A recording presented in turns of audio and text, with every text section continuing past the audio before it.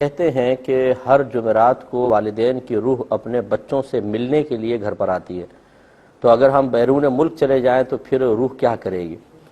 دیکھیں، پہلی بات تو یہ کہ بچوں سے ملنے نہیں آتی ہے، بلکہ اگر بچے نہ بھی ہوں کسی کے تو پھر کیا آئے گی نہیں۔ وہ ایک حدیث کے مطابق ارواح آتی ہیں اور ایصال ثواب اور دعاؤں کا مطالبہ کرتی ہیں کہ ہمیں یاد رکھو، ہمارے لیے ایصال ثواب کرو یا ہمارے لیے دعا کرو۔ یہ بالکل حدیثیں ایسی موجود ہیں، اور یہ اچھی طرح یاد رکھیں کہ جب انسان کی روح اس کے جسم کی قید سے آزاد ہو جاتی ہے تو اس کے لیے دور اور نزدیک یکساں ہو جاتا ہے۔ یہ اچھی طرح یاد رکھیں، وہ ایک لمحے کے اندر، ایک لمحے میں سفر طے کرتی ہے ہزاروں میل دور کا۔ جیسے کہ جب انسان سوتا ہے تو نبی کریم صلی اللہ علیہ وسلم کے فرمان عالی شان کے مطابق اس کی روح کائنات میں سفر کرتی ہے، سیر کرتی ہے۔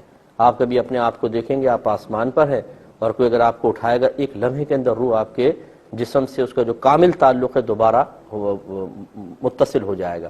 تو اسی طریقے سے ارواح جو ہوتی ہیں جن کو اللہ تبارک و تعالی مومنین کی ارواح، پہلے اچھی طرح یاد رکھیں کوئی بھی بدروح نہیں ہوتی، کافر کی روح، بد مذہب کی روح یہ کبھی بھی ادھر ادھر نہیں جا سکتی، یہ مقید ہوتی ہیں۔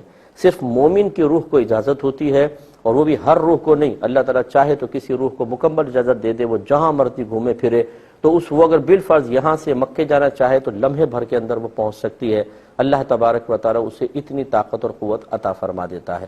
مرنے کے بعد اگر آپ دیکھیں صحیح حدیثوں کے اندر موجود ہے، ایک کافر منافق کی نظر کی تیزی کا حکم یہ ہے کہ اگر جب وہ مرتا ہے، اللہ تعالیٰ نبی جب منکر نکیر کو بھیجتا ہے، سوالات ہوتے ہیں اور وہ سوالات کے جوابات نہیں دے پاتا تو اس سے کہا جاتا ہے کہ اوپر دیکھ۔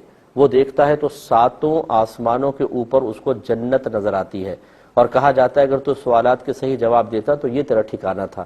پھر اس کو بند کر کے جہنم کی کھڑکی کھول دی جاتی ہے۔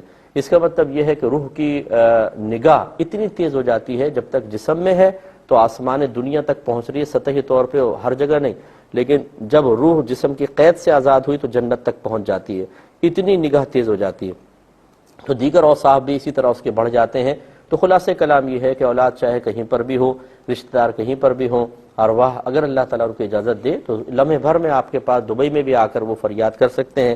بہتر یہ ہے کہ ان کو فریاد کرنے کا موقع ہی نہ دیا جائے، بلکہ ان کو اپنی دعاؤں میں مستقل یاد رکھا جائے اور تسلسل سے ایصال ثواب، بلکہ ان کے لیے کوئی بہت بڑا ثواب جاریہ کیا جائے، تو انشاءاللہ ان کی روح بہت ہی سکون سے رہتی ہے۔